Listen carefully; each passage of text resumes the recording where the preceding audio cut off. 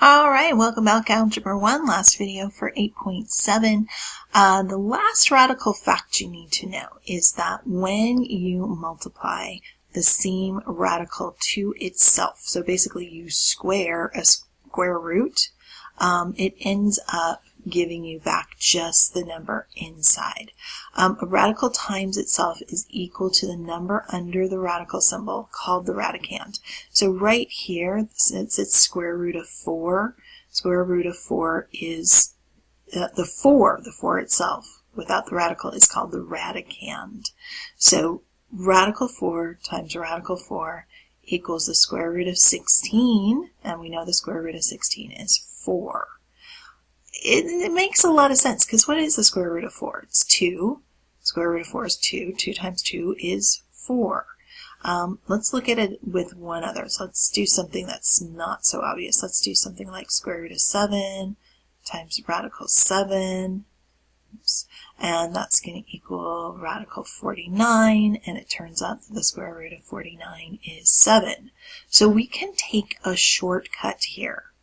So whenever I have two radicands on their own, it becomes an integer whenever you square those.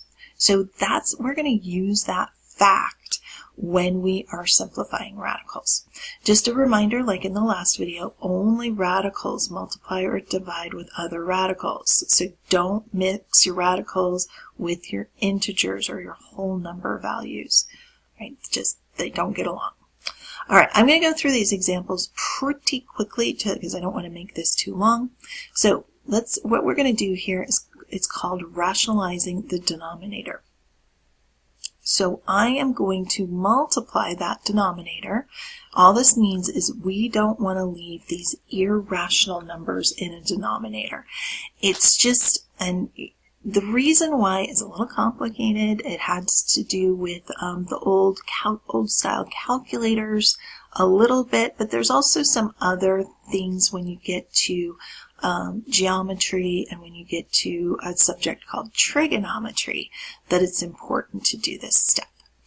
So let's go ahead and talk about, if I multiply that denominator by radical 3, I also have to multiply the numerator by radical 3. So remember, we are multiplying, sorry, that was a really ugly L, multiplying radical 3 over radical 1, over radical 3 is just a 1, right? Because really I'm just multiplying by a 1 here.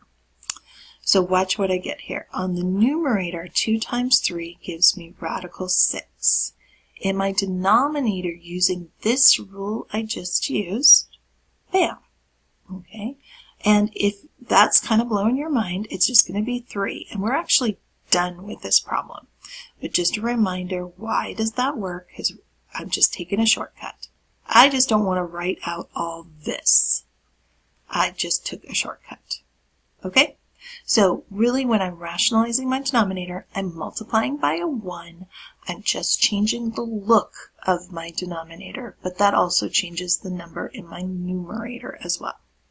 Okay, common mistake students make in this next one is they go, 21 divided by 7, that's 3.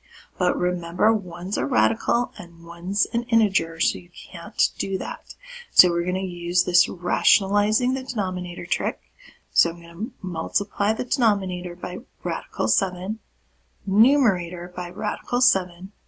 So here's what I get. These can't multiply together, so you just put them side by side. 21 times radical 7 over 7. You just pop out that radicand. But what I can do here is now that these are both whole numbers, integers, I can reduce those. I am going to cancel this out. This becomes 1, this becomes 3, and now when I rewrite it, I get 3 radical 7. And there's my final answer for that one. All right, C, before you freak out and go, oh my gosh, those are such big numbers. Okay, remember they're both divisible by 4.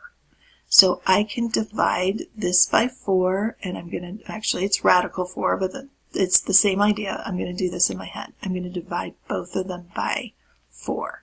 So this is going to be radical 6 over radical 5. Now I'm going to rationalize my denominator. I can't have that radical 5 in the denominator. I need to multiply it to the numerator too, so that this is a 1. And I get radical 30 over 5.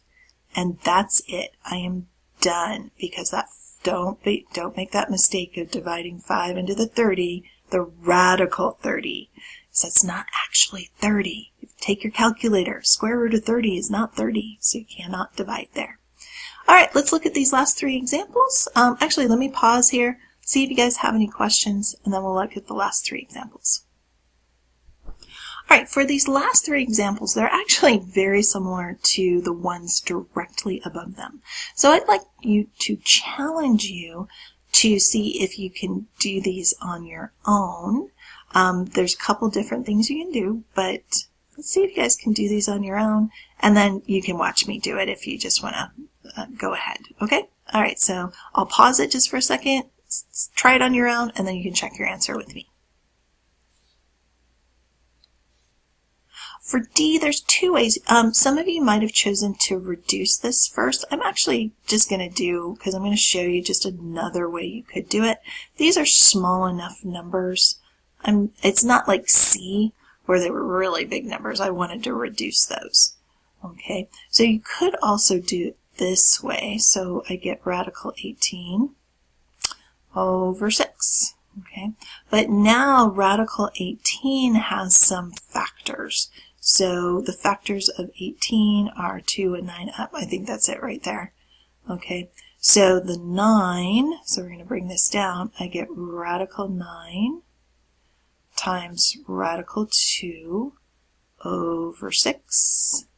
And then that's going to be 3 radical 2 over 6.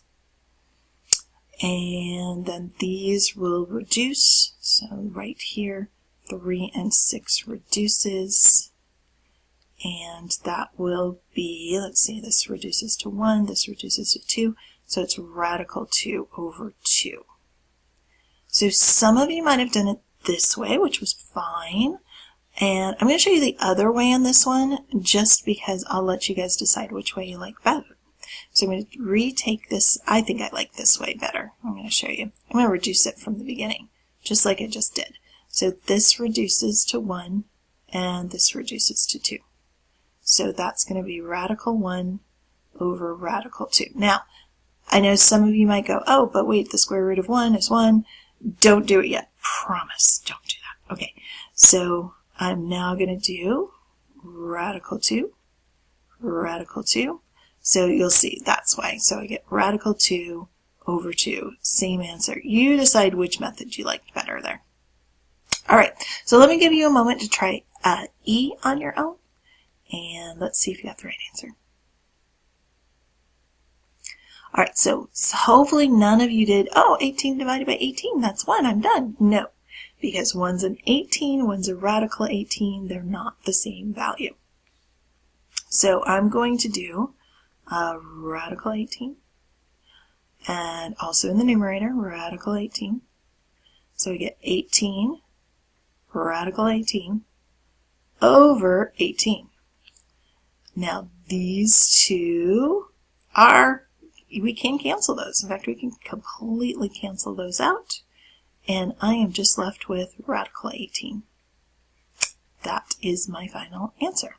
Now, there's actually an interesting rule there, but let's see if you can figure out what it is. Maybe, and does it always work? Wonder. All right, let's go ahead and let me give you a chance to try F on your own. Okay, so hopefully when you did F, you looked at example C directly above it, and you realized that 3 divides into 72. So that's 1. Okay, square root of 1. I mean, if you want to put the square root of 1, you can. You didn't have to write that. But 3 goes into 72 24 times. So square root of 1 is just 1. You don't have to rationalize the denominator because it's already a perfect square. And so this really is just the square root of 24. But the square root of 24 does have some factors. So we've got 2 times 12. We've got 3 times 8.